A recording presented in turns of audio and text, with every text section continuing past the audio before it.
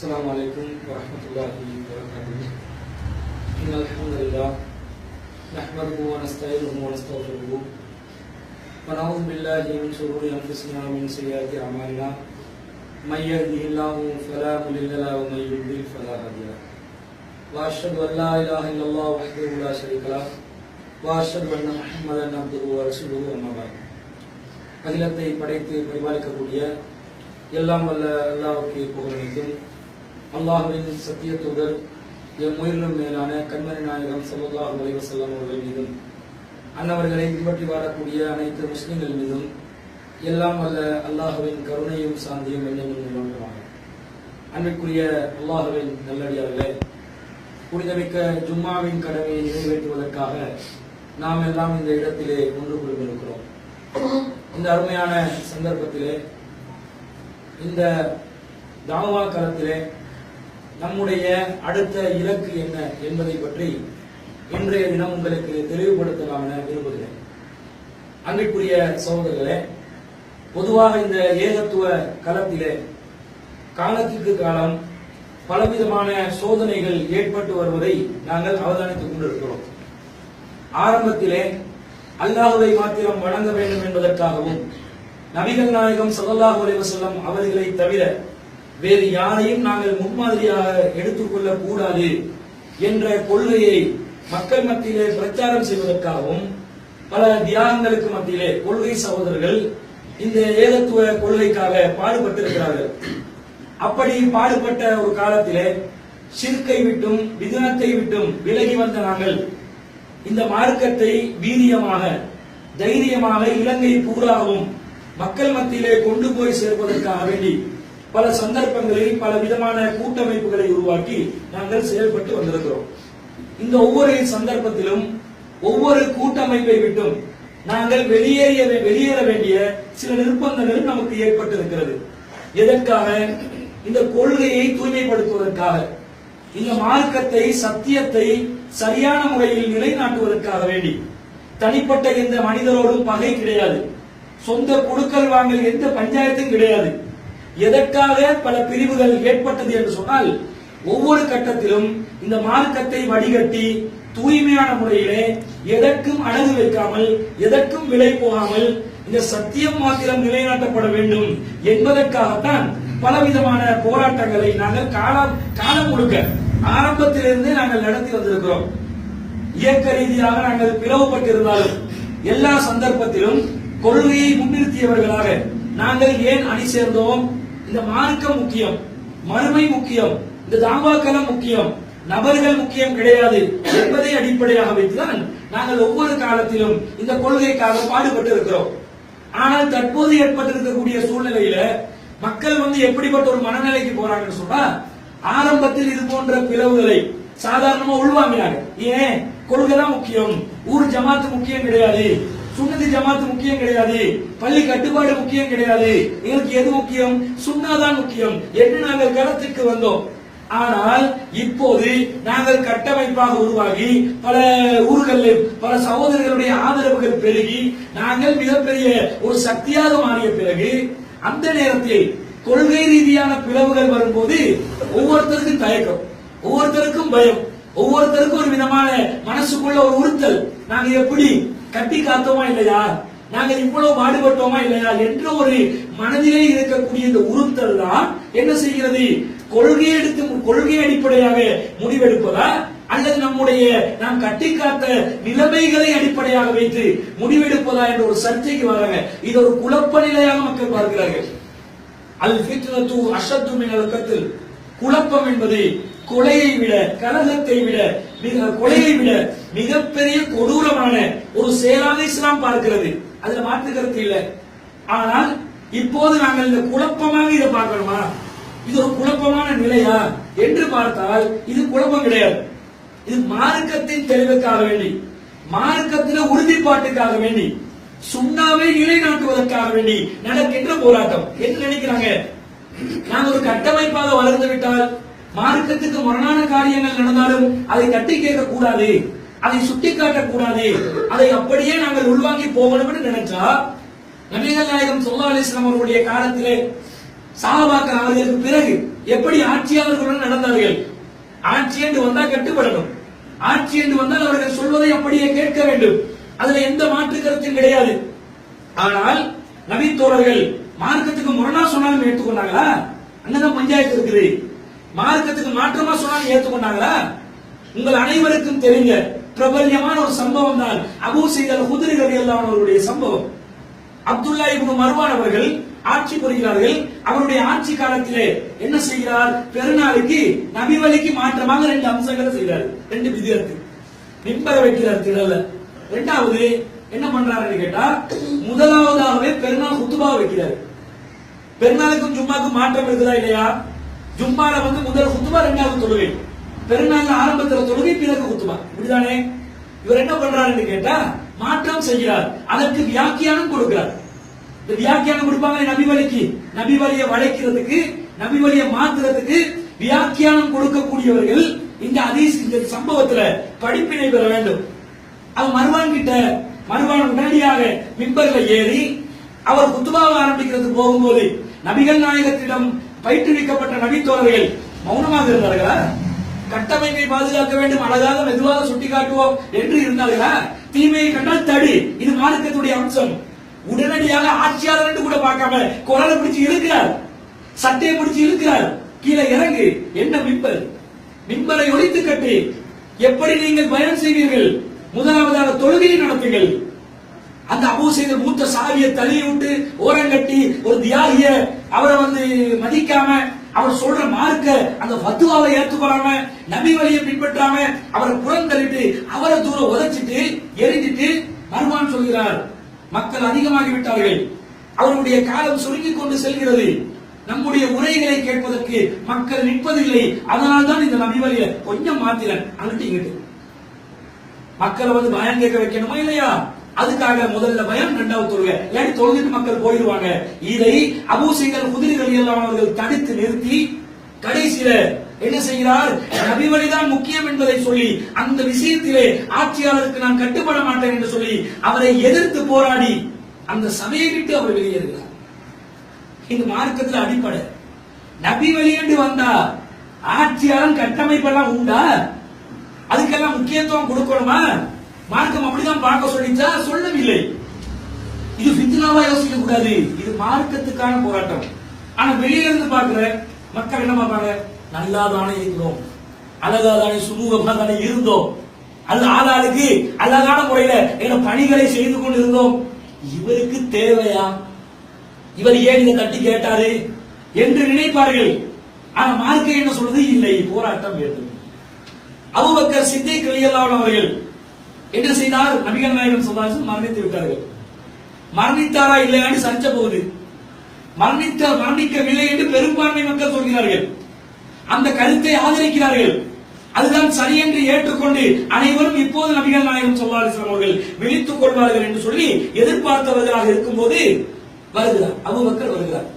தனி மனிதன், சமுதாயமே ஒரு கருத்தில் ஒன்றுபட்டுட்டாங்க. பெரும்பான்மையான மக்கள் நபிகள் நாயகம் ஸல்லல்லாஹு அலைஹி வஸல்லம் அவர்கள் மரணிக்கவில்லை, மரணிக்கவும் மாட்டார்கள், இப்போது விழித்துக் கொள்வார்கள் என்று அனைவரும் ஒரு கருத்தில் இருக்கும்போது அபூபக்கர் சித்திக் ரலியல்லாஹு அன்ஹு அவர்கள் தன்னந்தனி மனிதனாக இருந்து அந்த சமுதாயத்துடைய கருத்தை என்ன செய்கிறார்? அப்படியே மாத்துறார். எப்படி மாத்துறாரு? நபிகள் நாயகத்துக்கு மரணம் இல்லையா? வர்றாரு, ரசூலுல்லாஹ்வுடைய 2 கண்களுக்கு மத்தியிலே நெத்தியை அப்படியே முகந்து கொள்கிறார், முத்தமிடுகிறார். பிறகு நபி ஸல்லல்லாஹு அலைஹி வஸல்லம் பார்த்து திபுத ஹய்யம் வ மய்யிதா யா ரசூலல்லாஹ், நீங்க உயிரோடு இருக்கும்போது நறுமணம் கவிழ்ந்தீர்கள், மரணித்த பிறகு நறுமணம் கவிழுது அல்லாஹ்வின் தூதரே என்று சொல்லி மௌத்தா போனார் என்றது முதல்ல சொல்லிட்டார். முதல்ல ஆரம்ப வாசகம் என்ன? அவர் மரணித்து விட்டார். கொள்கை குழப்பத்தில் ஒட்டுமொத்த சமுதாயம் இருக்கும் போது கொள்கை குழப்பத்தில் சமுதாயம் ஒத்துமையாக என்று சொல்லாம கொள்கை தெளிவில் ஒரு மனிதராக இருந்ததை தட்டி கேட்டாரு. இந்த வரலாறு நமக்கு தரக்கூடிய படிப்பினை என்ன? இதை சிந்திக்க மாட்டீர்களா?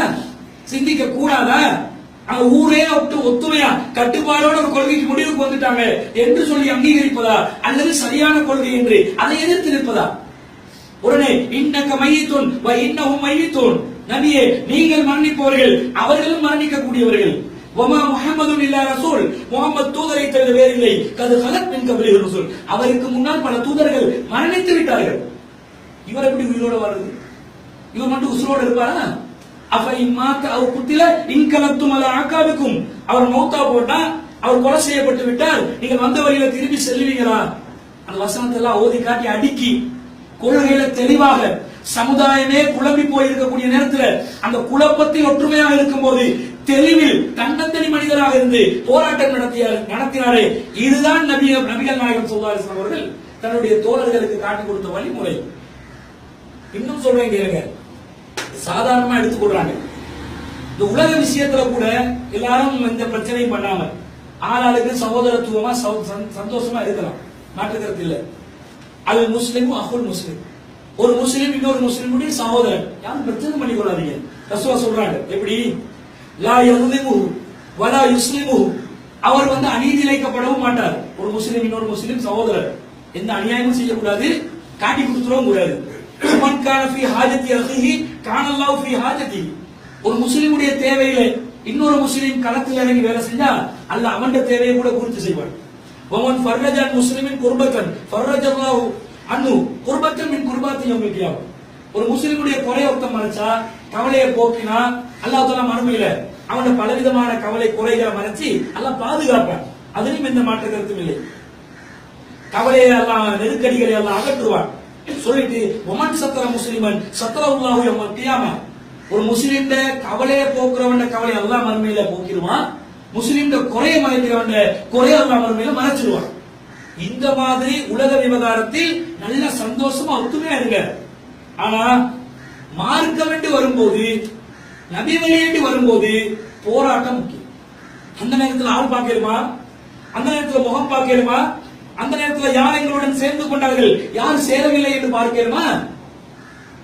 அபூபக்கர் சித்திக் ரலியல்லாஹு அன்ஹு அதே ஆட்சியாளர் அவருடைய ஆட்சி காலத்துல ஒரு யுத்தமே செய்தார். யாருக்கு எதிராக? முஸ்லிம்களுக்கு எதிராக. அவங்க முஸ்லிம்களா இல்லையான்றது ஒரு சர்ச்சையா பாருங்க. என்ன நடந்துச்சு? ஜக்காத்தை கொடுக்க முடியாது. என்ன யாரு? அரபிகளில் ஒரு சிலர், அரபிகள் என்று ஹதீஸ்ல வருது, எப்படி வருதுன்னு கேட்டா வகஃபர மன் கஃபர மினல் அரப், அரபிகளில் யார் நிராகரிக்க வேண்டும் என்று அல்லாஹ் நாடினானோ அவர்கள் நிராகரித்து விட்டார்கள். இந்த ஹதீஸ அறிவிக்கக்கூடியவங்க கூட முஸ்லிம்கள் காஃபிரானார்கள் என்ற வார்த்தையை சொல்றதுக்கு தயங்குறாங்க. முஸ்லிம்கள் ஒரு சாரார் காஃபிராகி விட்டார்கள் ஏன்னு அதை யோசிக்கிறாங்க. ஏன் அந்த முஸ்லிம்கள் ஒரு சாரார், அரபிகள் ஒரு சாரார் என்ன பண்ணினாங்க? ஜக்காத்தை கொடுக்க மாட்டாங்க. அல்லாஹ்வை மறுக்கவில்லை, அல்லாஹ்வுடைய தூதரை மறுக்கவில்லை, மறுமை இல்லை என்று சொல்லவில்லை, மலக்குமார்களை நம்ப மாட்டோம் என்று சொல்லல, எதையுமே சொல்லல. ஒரே ஒரு விளக்கம் அவங்க சொன்னாங்க. என்ன விளக்கம்? ஜக்காத்தை கொடுக்க முடியாது. காரணம் என்ன தெரியுமா? குர்ஆன் வசனத்துக்கு வியாக்கியானம் கொடுத்தாங்க. என்ன வியாக்கியானம்? அல்லாஹ் தஆலா என்ன சொல்றான்? ஹுத் மின் அம்வாலிஹிம் ஸதகா, நபியே நீங்க அவருடைய செல்வத்திலிருந்து சதகா ஜக்காத்தை எடுத்துக்கொள்ளுங்கள், அவர்களுடைய செல்வம் தூய்மை அடையும், உங்களுடைய பிரார்த்தனை அவர்களுக்கு ஆறுதலை அளிக்கும். இப்படி வசனம் வருது. இந்த வசனத்தை காட்டி அல்லாஹ் என்ன சொல்றான்? ஜக்காத்தை கொடுக்க சொல்றான். கொடுக்கிறதாக இருந்தால் ஒரு நிபந்தனை, சொத்து தூய்மையாகும், அதுல ரிசல்ட். இரண்டாவது, இப்படி ஜக்காத் கொடுப்பதனால் யாருடைய பிரார்த்தனை நமக்கு கிடைக்கும்? நபிகள் நாயகத்தின் பிரார்த்தனை. ரசூலுல்லாஹ் துஆ செய்வாங்க ஜக்காத் கொடுக்கிறவங்களுக்கு. அந்த பிரார்த்தனை ஜக்காத் கொடுப்பவர்களுக்கு சகீனத்தாக ஆறுதலாக அமையும். அப்ப இவங்க சொல்றாங்க, ரசூல் ஸல்லல்லாஹு அலைஹி வஸல்லம் உயிரோடு இருந்து அந்த ஜக்காத்தை நாங்க கொடுத்தாதான் எங்களுக்கு ரசூலோட பிரார்த்தனை கிடைக்கும். இப்பதான் ரசூலுல்லாஹ் மௌத்தா போயிட்டாங்களே, அப்ப ரசூலோட பிரார்த்தனை நமக்கு கிடைக்காது, அப்ப அந்த ஆறுதல் நமக்கு கிடைக்காது, அப்ப நிபந்தனை இல்லாம போகுது, அப்ப ஜக்காத் கடமையா? இதுதான் கேட்டாங்க. ஆர்கியுமெண்ட் பாத்தீங்களா? முஸ்லிம்கள் ஒரு சாரார் கேட்கிறாங்க, ஒரு கூட்டமே கேட்குது, வாதம் வைக்கிறாங்க, வியாக்கியானம் வைக்கிறாங்க. நபி குர்ஆன் வசனத்தை நிராகரிக்கல, ஹதீஸ நிராகரிக்கல, ஹதீஸ வெச்சி குர்ஆன் வசனத்தை வெச்சி ஒரு வாதத்தை வைக்கும் போது உமர் அபூபக்கர் ரலியல்லாஹு என்ன சொல்றாங்க? நீ ஜக்காத்தை தரணும், இல்லன்னா சண்டை, அடி வாங்க வேண்டி வரும், ஆட்சி சொல்லுது. அப்ப உமர் ரலியல்லாஹு கேக்குறாங்க, கைஃப துகாத்திலுன் நாஸ் வகத் கால ரசூலுல்லாஹி ஸல்லல்லாஹு அலைஹி வஸல்லம், நீங்க எப்படி மக்களோடு போர் செய்வீங்க? எப்படி முஸ்லிம்களோடு நீங்க போர் செய்வீங்க? ரசூலுல்லாஹ் என்ன சொல்லி இருக்காங்க? உமிர்து அன் உகாத்தில நாஸ ஹத்தா யகூலு லா இலாஹ இல்லல்லாஹ். யார் லா இலாஹ இல்லல்லாஹ் என்று சொல்கிறார்களோ அதுவரைக்கும் தானே மக்களுடன் போராட வேண்டும் என்று எனக்கு கட்டளையிடப்பட்டுள்ளது என்று நபிகள் நாயகம் சொல்லி இருக்கிறார்கள். முஸ்லிம்களோடு போர் செய்ய முடியாது. ரசூல் ஸல்லல்லாஹு அலைஹி வஸல்லம் மேலும் சொல்கிறார்கள், ஃபமன் காலஹா ஃபகத் அஸம மின்னி மாலஹு வ நஃஸஹு இல்லா பிஹக்கிஹி. யார் இப்படி சொல்கிறார்களோ அவர்களுடைய செல்வம் பாதுகாக்கப்பட்டு விட்டது, அவர்களுடைய உயிர் பாதுகாக்கப்பட்டு விட்டது.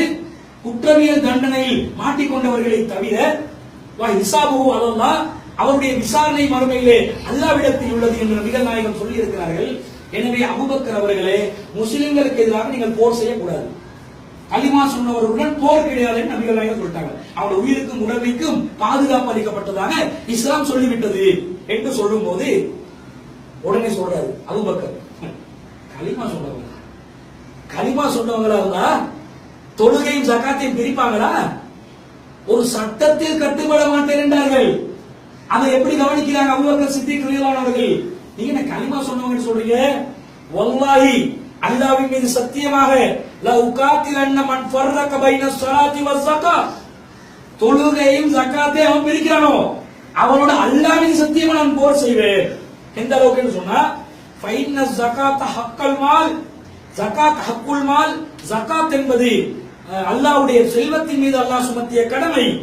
வல்லாஹி லவ் மனஊனி அனாகன் கானூ யுஅத்துனஹா இலா ரசூலில்லாஹி ஸல்லல்லாஹு அலைஹி வஸல்லம், ரசூலுல்லாஹ்விடம் அவர்கள் ஒப்படைத்த ஒரு ஆட்டுக்குட்டியை அவர்கள் என்னிடம் ஒப்படைக்காமல் தடுத்தால், அபூபக்கர் சித்திக் சொல்றாங்க, லா காத்தலத்துஹும் அலா மன்ஹா, அவங்க அதை தரும் வரைக்கும் நான் போர் செய்வேன், அடிப்பேன், கொலை செய்வேன்.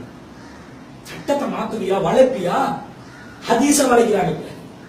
நீங்க சட்டத்தை வளைச்சாங்க, குர்ஆன் வசனத்தை வளைச்சாங்க. அடிப்படையை புரிஞ்சுக்கணும். சாதாரண விஷயமாக பார்க்க முடியாது.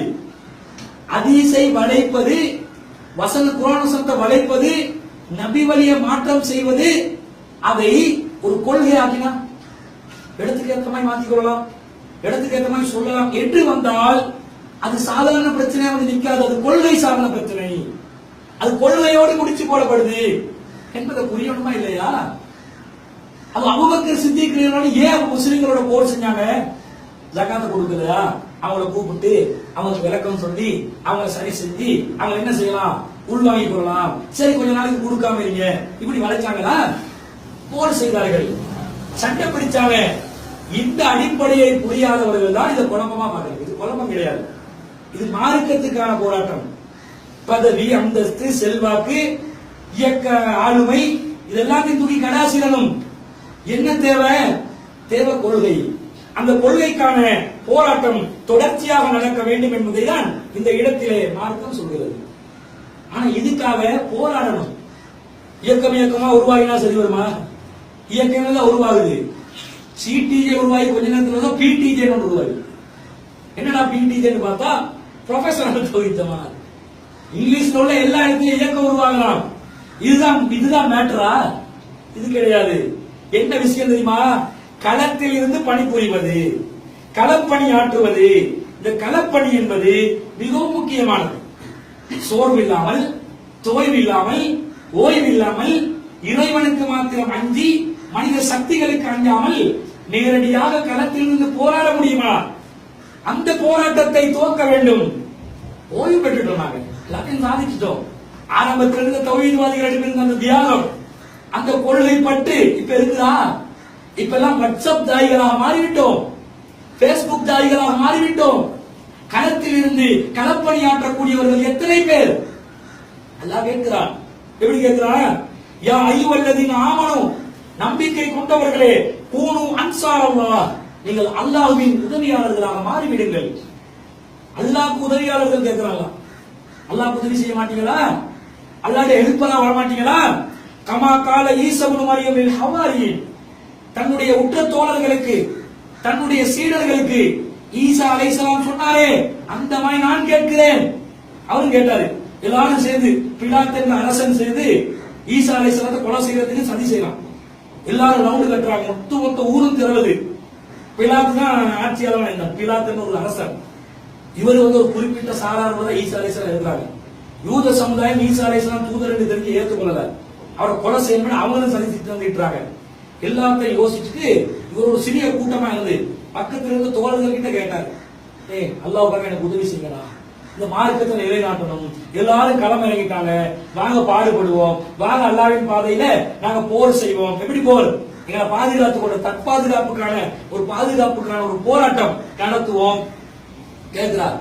இந்த மாதிரி ஒரு நெருக்கடியான நிலை எப்படி ஈசா கேட்டாரோ அல்லாஹ் கேட்கிறான். அல்லாஹ்வின் மார்க்கத்திற்காக மார்க்கம் நெருக்கடியாக நிற்கக்கூடிய நேரத்தில் இந்த மார்க்கத்துக்கு உதவி செய்யக்கூடியவர்கள் யார்? அல்லாஹ் உதவி கேட்டதனால் அல்லாஹ் பலவீனமானவன் என்று நினைத்து விடாதீர்கள். அல்லாஹ் அலா குல்லி ஷைஇன் கதீர். அல்லாஹ் அனைத்து பொருட்கள் மீதும் ஆற்றல் உள்ளவன். அல்லாஹ்விடம் சக்தி இருக்கிறது. ஆனால் அல்லாஹ் கேட்கிறான், இந்த மார்க்கத்துக்காக நீ களப்பணியாற்று. எதற்காக தெரியுமா? நாங்கள் தியாகிகளா மாறணும், நாங்கள் அல்லாத மார்க்கத்துக்கு போராடக்கூடியவர்களாக மாற வேண்டும். இப்படி எல்லாம் அறிவிப்பு வரும்போது அந்த டைம்ல கொஞ்சம் ஜோஸ் ஆகும். அல்லாத மார்க்கத்துக்கு ஏதாவது பண்ணணும், அல்லாத மார்க்கத்துக்காக ஏதாவது செய்யணும் அப்படின்னு வரும். மார்க்கத்தை நிலைநாட்டுறதுக்காக களத்தில் இறங்கி ஒரு பொதுக்கூட்டமோ ஒரு விவாதமோ அல்லது ஒரு வேறொரு சவாலோ அல்லது ஒரு ஆர்ப்பாட்டமோ களத்திலிருந்து போராடும்போது போலீஸ் வந்தான்னு வைங்க, உடனே எப்படி போவோம்? போலீஸை கண்டாலே பயம். நிறைய பேருக்கு போலீஸை கண்டாலே பயம். சட்டம் அந்த ஓகே டோக்கிட்ட சத்தம் கேட்குங்க, கேட்கும் போது பேசாம போயிருடா, உள்ள போக முடியாது, தேவையில்லாத பஞ்சாயத்து எடுக்க முடியாது, இருக்கக்கூடாது. எங்களோட வாழ்க்கை எங்களோட இலக்கே என்னது? சுவனம் தான். அந்த சுவனம் கிடைப்பதற்குரிய அருமையான வாய்ப்பு இந்த தாவா களத்தில் தான் இருக்கிறது. என்னத்தை சம்பாதிச்சு என்னத்தை சாதிக்க போறீங்க? சம்பாதிச்சு அப்படியே மூட்டை மூட்டையா கட்டி காசு எடுத்து சாப்பிட போறீங்களா? எதை சாதிச்சீங்க? உலகத்துல எது மீதமாக போகுது? எல்லாம் நின்றும். கடைசியில தன்னந்தனியா தான் போகணும். வீடு வரை தான் மனைவி இருப்பா, காடு வரை உறவுகள் வரும், தனியா தானே போகணும் கபரு குழிக்குள்ள. நாங்கள் செய்கின்ற நல்ல காரியங்கள் தானே கடைசி வரைக்கும் எங்களோட நிற்கும். அந்த நல்ல காரியம் என்ன தெரியுமா? எப்படி இருக்கணும் தெரியுமா? அல்லாஹ் சொல்றான் பாருங்க. அல்லாஹ் கேட்கிறான், வல நபுலுவன்னக்கும், நாங்க உங்களை சோதிச்சு கொண்டே இருப்போம். உலக ஆசையை ஒரு சைட்ல காட்டுவோம், மறுமை வாழ்க்கையை பற்றிய ஆர்வத்தை இன்னொரு பக்கத்தில் காட்டுவோம். ஹத்தா நஅலமுல் முஜாஹிதீன மின்கும் வஸ்ஸாபிரீன், உங்கள பொறுமையாளர்களாக முஜாஹிதீன்கள் உருவாகிறார்களா இல்லையா? பொறுமையும் இருக்கணும், சகித்துக் கொள்ளவும் வேண்டும். அல்லாஹ்வின் பாதையிலே போர் செய்யக்கூடியவர்களாக, தியாகம் செய்யக்கூடியவர்களாக ஒரு சாரார் உருவாகவும் வேண்டும். இப்படிப்பட்ட ரெண்டு தன்மையுள்ள ஒரு கூட்டம் உருவாகும் வரைக்கும் நாம் அவங்களை சோதிச்சு கொண்டே இருப்போம் என்று அல்லாஹ் சொல்கிறான். இந்த சோதனைக்கு நபித்தோழர்கள் உட்பட்டார்கள். ஆனால் அவர்கள் ஒருபோதும் கலக்கமடையவில்லை, தயக்கமடையவில்லை. பதில் போர்க்களம், மிகப்பெரிய படையோட எதிரிகள் வர்றாங்க. சஹாபாக்கள் எண்ணிக்கையிலே குறைவானவர்களாக இருந்தார்கள். இவர்கள் அனைவரும் ஒரு மிகப்பெரிய படையோட மோத வேண்டிய சூழ்நிலை. எல்லாரும் யோசிச்சு கொண்டு இருக்கிறாங்க. அந்த நேரத்தில் நபி ஸல்லல்லாஹு அலைஹி வஸல்லம் மிகவும் கவலைப்பட்டவர்களாக, ஏண்டா கொஞ்சம் பேர் தான், கூட்டம் சிறுசு, எதிரணியிட கூட்டம் பெருசு, இந்த மார்க்கத்தை நிலைநாட்டுற கூட்டம் இவங்க மட்டும்தான். இவங்க இல்லைன்னா அல்லாஹ் வணங்குறதுக்கே ஆக்கல் இல்லை. இந்த நிலையில அல்லாஹ் கிட்ட ரசூலுல்லாஹ் துஆ கேட்டு கொண்டே இருக்கிறாங்க. அல்லாஹ் வெற்றியை தந்துரு, வெற்றியை தந்துரு, வெற்றியை தந்துரு கேட்டுக்கொண்டே இருக்கும் போது சஹாபாக்கள் வந்து ரசூலுல்லாஹ்க்கு ஆறுதல் சொல்றாங்க. ரசூலுல்லாஹ் முகம் எல்லாம் ஒரு மாதிரியா வாடி போயிட்டு, எப்படிதான் இந்த படையை வச்சு ஒரு பெரிய படையை பேஸ் பண்ண போறோமோ தெரியல. சஹாபாக்கள் ஆறுதல் சொல்றாங்க. பாருங்க, ரசூலுல்லாஹ் சஹாபாக்கள் கிட்ட வரும்போது சஹாபாக்கள் சொல்றாங்க, வல்லாஹி, அல்லாஹ்வின் மீது சத்தியமாக, யா ரசூலல்லாஹ், அல்லாஹ்வின் தூதரே, லா நகூலு கமா காலத் பனு இஸ்ராயீல் மூசா, மூசாவிடம் பனு இஸ்ரவேலர்கள் என்ன சொன்னார்களோ அதே மாதிரி உங்களிடம் நாங்கள் சொல்ல மாட்டோம், கவலைப்படாதீங்க. ஏன்னா அவங்க என்ன சொன்னாங்க? அவங்க வந்து அவங்க ஊர் இல்லாம அலைஞ்சு கொண்டு இருந்தாங்க. பனு இஸ்ரவேலர்கள் சாப்பாட்டுக்கு வழி இல்லை, அவங்களுக்கு யாருமே ஆட்கள் பக்கபலமா இல்ல. மண்ணு சொல்வ வானத்திலிருந்து அல்ல என்ன செஞ்சான்? மண்ணு சொல்வெல்லாம் உணவா கொடுத்து மேகத்தை நிழலிட செஞ்சு தண்ணி பாறைக்குள்ள இருந்து தண்ணியை கொண்டு வந்து அதிசயமான ஒரு வாழ்க்கையை தான் வாழ வச்சான். ஆனா இவங்க என்ன கேட்டாங்க? எங்களுக்கு வந்து பருப்பு வேணும், வெங்காயம் வேணும், வெள்ளரிக்காய் வேணும். வானத்துல இருந்து அல்ல சாப்பாடு தர, இவனுக்கு வந்து பூமி முளைக்கிற பருப்பும் கீரையும் கேட்டான். அல்லாஹ் சொன்னா பருப்பு கீரை வேணும்டா, நீ ஒரு பூமியில நிரந்தரமா தங்கணும், அவர் பூமியை வந்து அல்லாஹ் காட்டுற, இந்த பூமிக்கு போ, உதுகுலு ஆதியில் கரியத்தை, இந்த பூமிக்குள்ளே சென்று விடு, இந்த ஊருக்குள்ளே சென்று விடுங்கள், அங்க போயிட்டு நீங்க தங்குங்க, உங்களுக்கு தேவையான விவசாயத்தை செய்யுங்க அப்படின்னு நல்லா சொல்றாங்க. ஆனா அல்லாஹ் எதையாவது கொடுத்தா சும்மா கொடுப்பானா? ஒரு சோதனை ஏற்படுத்துவானா இல்லையா? ஊருக்குள்ள போறதா இருந்தா அந்த ஊருக்குள்ள அந்த ஊர் மக்களை அடக்கி ஆளக்கூடிய சில ரவுடியர்கள் இருக்கிறார்கள், ஜப்பார்கள். ஜப்பார்டா ரவுடியங்க, ஜப்பார்கள் இருக்கிறார்கள். அவர்களை நீங்கள் அடக்கி அவங்களை முடக்கி அவங்களை வெளியேற்றிட்டு அப்பாவி மக்களோட நீங்க என்ன செய்ய வாழுங்க. ஒரு கண்டிஷன், இவங்க சரி என்றாங்க. சரி என்று அந்த ஊருக்குள்ள நுழைய போனா அங்க வந்து பாக்குறோம் எல்லாம் பெரிய சைஸ்ல ஆட்கள் நிற்கிறாங்க. ஜப்பார்கள் உண்மையிலே ஜப்பார் ஆகிக்கிறாங்க, இல்ல சைஸா எங்களுக்கு மொழியில சொல்றாங்க தெக்கி ஹத்தரை சைஸ் இருந்தோம், இந்த மாதிரி லெவல்ல நிக்கிறாங்க. எல்லாரும் நிக்கும் போது இவங்க சொல்றாங்க, காலு அவர்கள் சொன்னார்கள், யா மூசா, மூசாவே, இன்னால் அன்னது குலஹா அபதா, நாங்க அதுக்குள்ள போவே மாட்டோம், மாதாமு ஃபீஹா, அந்த ஜப்பார்கள் ரவுடியர்கள் அங்கே இருக்கும் வரைக்கும் நாங்கள் உள்ளே நுழையவே மாட்டோம். ஃபதுஹப் அந்த வரப்புக்க தக்காத்திலா, உண்டு பண்ணு, நீயும் உன்னுடைய ரப்பும் சேர்ந்து அவங்களோட சண்டை போடு. இவருக்கு ஊருக்குள்ள தங்க கேட்டா நீங்க என்ன சண்டை பிடிக்கிறீங்க, இப்படிப்பட்ட அவருடைய சண்டை பிடிக்க சொல்றீங்க, முடியாதுன்னு மறுத்து விடுகிறார்கள். சொல்லிட்டு இன்னா ஆகுனா காயிதூன், நாங்க இங்கே உட்கார்ந்து கொள்றோம் என்றாங்க. ரசூலுல்லாஹ் கிட்ட இந்த வசனத்தை சொல்லி காட்டி சொல்றாங்க, சாபாக்கள், அல்லாஹ்வின் தூதரே, இந்த மாதிரி நாங்க சொல்ல மாட்டோம், வலாக்கின் மாறாக நுகாத்தில் நாங்கள் உங்களுடன் போரிடுவோம். எந்த அளவுக்கு போரிடுவோம்? யமீனிக்க வ யசாரிக்க வ மின் பைனி யதைக்க வ மின் கல்பிக்க, முன்னால் பின்னால் வலதிலும் இடதிலும் ரவுண்டு கட்டி உங்களை பாதுகாத்து உங்களுடன் இந்த மார்க்கத்துக்காக நாங்கள் கடைசி வரைக்கும் போராட்டம் நடத்துவோம் அல்லாஹ்வின் தூதரே என்றார்கள். போராடினார்கள். சிறிய கூட்டம் பெரிய படையை துரத்தி அனுப்பினார்கள். இஸ்லாமிய சாம்ராஜ்யத்துக்கு வெற்றி கிடைத்தது. அந்த வெற்றியின் பிரிதுகளினை தான் இன்று இலங்கையிலே நாங்கள் இந்த ஏகத்துவத்தில் வாழ்ந்து கொண்டிருக்கிறோம். இந்த கூட்டம் வேணும், இந்த தியாகம் வேணும்.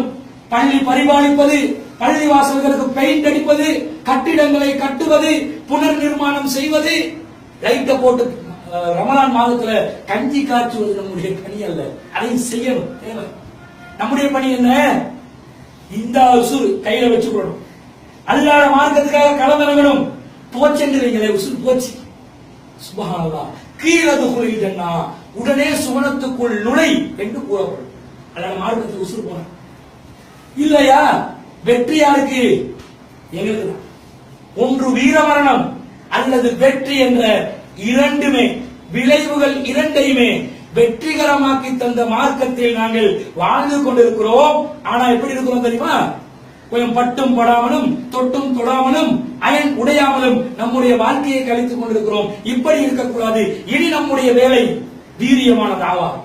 ஆரம்ப 1980களில் வந்த தாவா, 1950களில் வந்த தாவா, அந்த தாவாவின் வீரியத்தை இந்த இலங்கை மண்ணிலே நாங்கள் பார்க்க வேண்டும். வாட்ஸ்அப்களிலும் பேஸ்புக்குகளிலும் நாங்கள் வீடியோ வெளியிடுவது அல்ல நம்முடைய தாவா. களப்பணியாற்றி இலங்கை வாழ் மக்களை இந்த தூய்மையான இஸ்லாத்துக்குள்ளே நுழைவிக்க வேண்டும். அதற்காக பாடுபட வேண்டும். பொதுக்கூட்டமா, தெருமுனை பிரச்சாரமா, மாநாடுகளா, உரிமை போராட்டங்களா, ஆர்ப்பாட்டங்களா, அனைத்திலும் களப்பணியாற்றி நம்முடைய உயிரை அல்லாஹ்வுக்காக பணயம் வைத்து நாங்கள் இறங்கி வேலை செய்ய வேண்டும். அதுதான் நம்முடைய அடுத்த இலக்கு. இங்கே தலைவர்கள் நிரந்தரமானவர்கள் கிடையாது, இங்கே செயலாளர்கள் நிரந்தரமானவர்கள் கிடையாது. ஆனா இந்த தலைவர் செயலாளர் என்ற இந்த பெயரை வச்சுக்கொண்டு படித்து உறங்கவும் முடியாது. வேலை செய், ஒர்க் பண்ணி, சமுதாயத்துக்காக பாடுபடி என்று சொல்லக்கூடிய தியாகத்திலே தாவாவை வளர்க்கக்கூடிய ஒரு சமுதாயத்தை இன்ஷா அல்லாஹ் நாங்கள் உருவாக்குவதற்காக பாடுபடுகிறோம். அல்லாஹ்வை சாட்சியாக வைத்து சொல்கிறோம். அதற்காக நம்முடைய உயிரை நாங்கள் அர்ப்பணிப்பதற்கு தயார். அனைத்து மக்களும், அனைத்து கொள்கை சொந்தங்களும் கைகோர்த்துக் கொள்ளுங்கள். ஏகத்துவ பயணம் என்பது பெருமையிலும் பிதட்டலிலும் இருக்கக்கூடிய ஒரு பயணம் கிடையாது. அது சோதனை மிக்க ஒரு பயணம். அந்த பயணம் இறுதி வரைக்கும் உற்சாகத்துடன் இருக்க வேண்டும். அந்த கூட்டம் மேலோங்கிக் கொண்டே இருக்க வேண்டும். எதிர்ப்புகளை நாங்கள் சந்தித்தாலும் அனைத்து எதிர்ப்புகளையும் முறியடித்து, சவால்களையும் முறியடித்து அல்லாஹ்வுடைய மகத்துவத்தை இந்த பூமியிலே நிலைநாட்ட வேண்டும் என்பது நம்முடைய ஏகத்துவ பயணம். அந்த பயணத்தை இன்ஷா அல்லாஹ் புதுப்பொலிவுடன் துவங்குவதற்காகத்தான் நாங்கள் அணிதிரண்டு இருக்கிறோமே தவிர வேறு எந்த நோக்கமும் இந்த அமைப்பினூடாக நமக்கு கிடையாது என்பதை நாங்கள் தெளிவாக கூறிக்கொண்டு விடைபெறுகிறேன்.